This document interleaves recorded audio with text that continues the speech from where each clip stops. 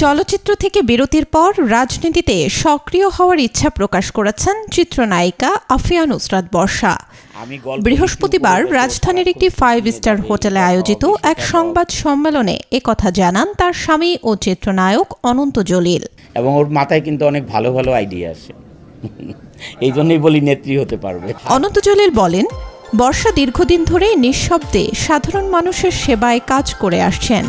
তিনি ব্যক্তিগত উদ্যোগে মানুষকে আর্থিক সহায়তা করেন এবং ঘন্টার পর ঘন্টা দাঁড়িয়ে থেকে নিজ হাতে তা পৌঁছে দেন। তার মধ্যে দেশ সেবার প্রবল আগ্রহ রয়েছে।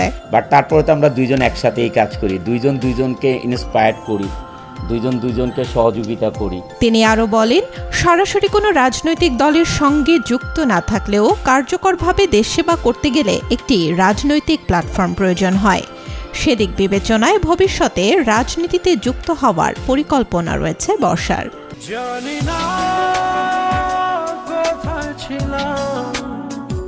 সংবাদ সম্মেলনে অনন্ত জলিল হাসনাত আবদুল্লাহর বক্তব্যের প্রসঙ্গ টেনে বলেন, সৎ ও স্পষ্টভাবে কথা বলেও নেতৃত্ব দেয়া সম্ভব। অন্যায়, দুর্নীতি বা চাঁদাবাজির বিরুদ্ধে অবস্থান নিয়ে রাজনীতি করা উচিত বলেও মন্তব্য করেন তিনি।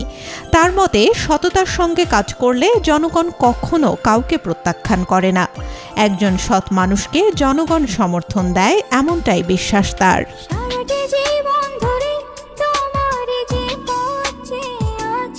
এর আগেও বিভিন্ন সামাজিক কর্মকাণ্ডে অংশ নিয়েছেন আফিয়া নুসরাত বর্ষা। এবার সেই অভিজ্ঞতাকে কাজে লাগিয়ে রাজনৈতিক অঙ্গনে সক্রিয় হওয়ার পরিকল্পনা করছেন এই তারকা দম্পতি। Desk report, B news 24।